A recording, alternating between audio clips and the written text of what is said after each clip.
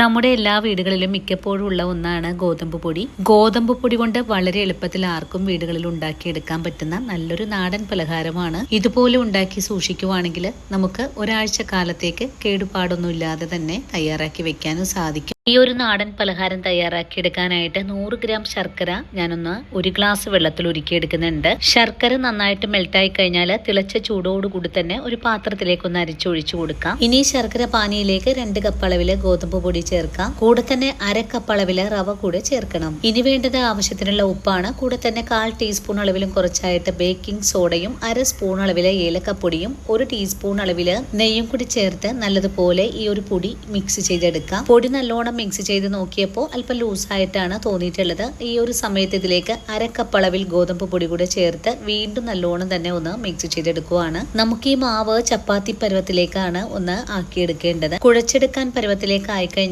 നല്ല മയത്തിൽ തന്നെ നമുക്കൊന്ന് കുഴച്ചുകൂടി എടുക്കണം. അതിനുശേഷം 1 ടീസ്പൂൺ അളവിൽ കൂടെ നെയ്യൊന്ന് ഒഴിച്ച് പൊടി ഒരു 1/2 മണിക്കൂർ നേരത്തേക്ക് നമുക്കൊന്ന് റെസ്റ്റ് ചെയ്യാനായിട്ട് മൂടി വെക്കാം. അരമണിക്കൂറിന് ശേഷം മൂടി തുറന്ന് നോക്കിയപ്പോൾ മാവ് നല്ല സോഫ്റ്റ് ആയിട്ടാണ് കിട്ടിയിട്ടുള്ളത്. ഇനി നമുക്ക് ഈ മാവിനെ ചെറിയ ചെറിയ ബോൾസുകളായിട്ടൊന്ന് മാറ്റിയെടുക്കാം. എല്ലാം നല്ലതുപോലെ ഉരുട്ടി കഴിഞ്ഞാൽ പിന്നെ നമുക്കൊരു കത്തി എടുത്തതിന് ശേഷം 2 ഭാഗവും ഇതുപോലെ ഒന്ന് കട്ട് ചെയ്തെടുക്കാം. കട്ട് ചെയ്തെടുക്കാനായിട്ട് ഒരു ബുദ്ധിമുട്ടും ഇല്ലാട്ടോ. അങ്ങനെ എല്ലാ ബോളും ഞാൻ ഇതുപോലെ ഒന്ന് ഷേപ്പ് ആക്കി വെച്ചിട്ടുണ്ട്. ഇനി നമുക്ക് ഉടൻ തന്നെ ഇതൊന്ന് പൊരിച്ചുകൂടി എടുക്കാം. പൊരിച്ചെടുക്കാനായിട്ട് ചൂടായ പാനിലേക്ക് ഓയിൽ ഒഴിച്ചു കൊടുക്കാം. ഓയിൽ ഒന്ന് ചൂടായി വന്നാൽ പിന്നെ ഫ്ലെയിം ഒന്ന് കുറച്ച് വെച്ച് കൊടുത്തതിന് ശേഷം കട്ട് ചെയ്ത് വെച്ചിരിക്കുന്ന ഓരോ ബോളും എണ്ണയിലേക്ക് ഇട്ട് കൊടുക്കുക. താഴെ ഭാഗം നല്ലതുപോലെ മുരിഞ്ഞു കഴിഞ്ഞാൽ പിന്നെ നമുക്കൊന്ന് മറിച്ചിട്ട് കൊടുക്കണം. 2 ഭാഗവും നല്ലതുപോലെ മുരിഞ്ഞു കഴിഞ്ഞാൽ പിന്നെ നമുക്ക് എണ്ണയിൽ നിന്ന് കോരി മാറ്റാം. ഈ ഒരു പലഹാരം നമ്മൾ മുരിയിച്ചെടുക്കുമ്പോൾ ചെറിയ ഫ്ലെയിമിലായിരിക്കണം, അല്ലെങ്കിൽ പുറം ഭാഗം പെട്ടെന്ന് കരിഞ്ഞ് ഉൾഭാഗം വേവാതെ പോകും. വളരെ എളുപ്പത്തിൽ തന്നെ അധികം എണ്ണ ഒന്നും കുടിക്കാതെ നല്ല ക്രിസ്പി ആയിട്ടുള്ള 4 മണി പലഹാരം ഞാനിവിടെ മുരിയിച്ചെടുത്തിട്ടുണ്ട്.